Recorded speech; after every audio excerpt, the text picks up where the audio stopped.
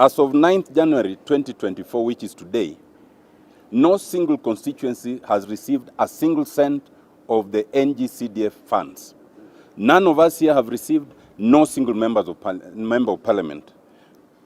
By now, CDF allocation should be 35% of the, on bursaries, should be 35% of the CDF allocation, which translates to about 18.5 billion.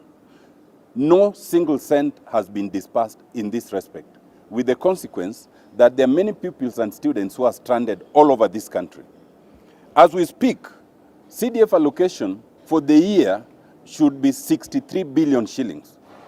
Because we are in the third quarter, by now we should have received at least 75% of this money, which translates to just about 46 billion.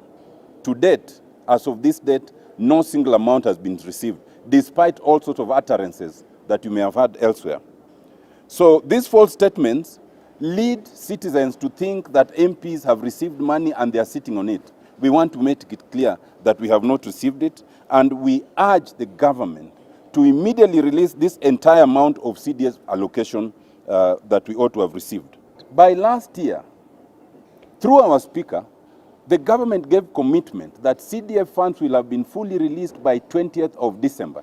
And there was an official communication by our speaker to that effect.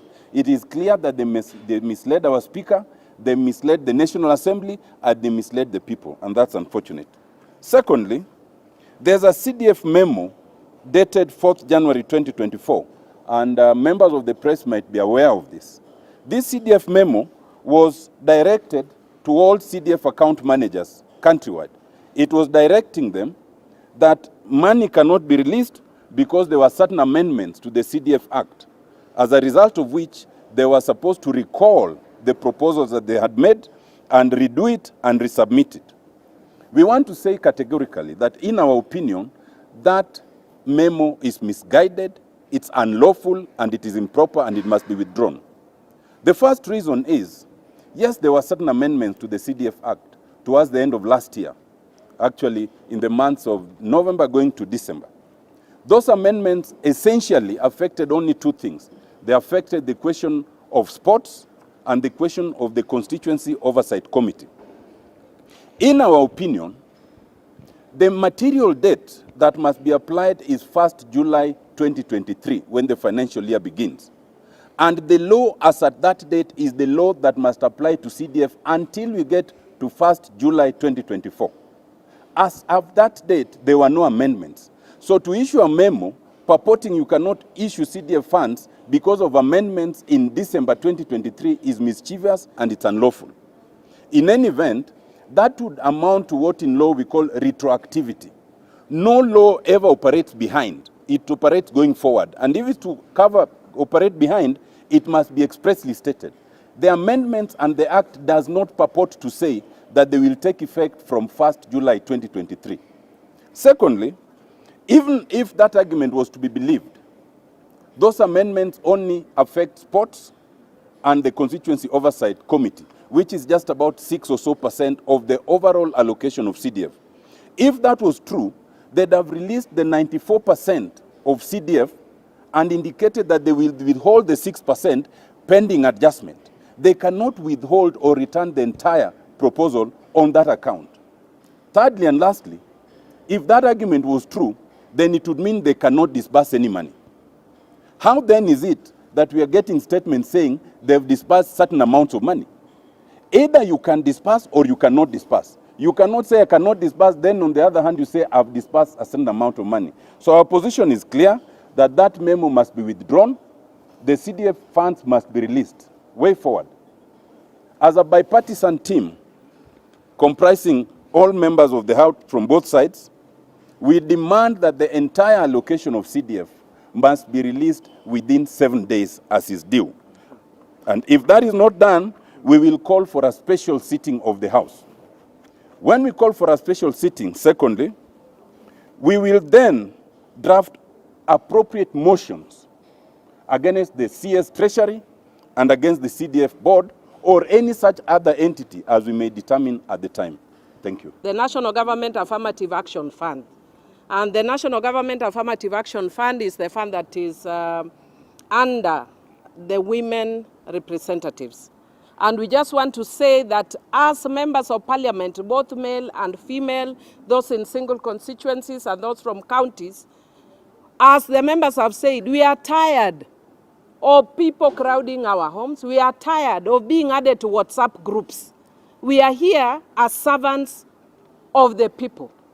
And when our people are suffering, we must speak. And because of that, we want to tell Treasury that we are not joking. And we are going to take them head on. When it comes to issues regarding Kenyans, we don't joke. We are going to take you head on. And please release that money today. Because we are not going to have young people missing chances in national schools. Then we start writing stories like the ones we are seeing. This boy came with a metal box. I was dinner fee. We created a WhatsApp group. These are issues that should be history. When we have funds, release those funds so that we don't have children standing with billboards like prisoners, like people who have been charged by DCI, standing with those billboards. I am 14 years old, I do not have money, and there is money here. Please release the money we need to let our children go to school. We are not joking. Many of us have left our constituencies when we saw that there is this Kamkunji, and you better take us seriously. And we also want to say, kindly stop trying to intimidate members. Hakuna uzo ya Kenya Kwanza, hakuna uzo ya Azimio. Nyuzo zote ni za Wanakenya. Na sisi ni wabunge ambao tuna represent every constituency katika nchi yetu ya Kenya. Mwanafunzi anatoka kwa constituency A ambayo iko chini ya mbunge wa Azimio, wamemuita kwa high school ya constituency B ambayo iko kwa Kenya Kwanza. So we have no face. Sisi ni wabunge ambao tumekuja hapa. Kitu cha kwanza, sisi wabunge tunajua haki zetu kama bunge.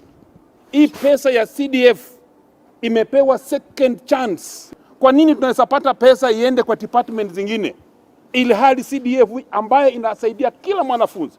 Shule hazina madarasa saa hii, tukisema hivi wana rely kwa bunge kuchenga hizo. Up to now hajatuma hiyo pesa. We are telling government, nawaambia leo kwamba sisi hatutaki Kiswahili, hatutaki Kiingereza ya CS. Kwanza walifanya speaker wetu wa bunge akatudanganya kama katika bunge. Akasema tarehe 22 mwezi wa 12. CS walimpatia statement tarehe 20 mwezi wa 12. Tuliambiwa na speaker wa bunge kwamba pesa itakuwa hit the accounts ya constituencies zetu zote Kenya. Up to now mpaka saa hivi tunaongea hivi, walifanya speaker wetu akatuambia, na speaker akiongea katika kiti chake cha bunge ni sheria, ametoa sheria lenye halikufanyika. Sasa CS wa Treasury tunakuambia saa hii jioni hii nataka pesa 75% kwa imeingia kwa account. Hataki kuambiwa iko kwa board ama iko wapi. Sisi tunajua CDF account zetu hasina pesa. Wanafunzi wataka kwenda nyumbani. Kila mbunge vile ako hapo kaenda shuleni.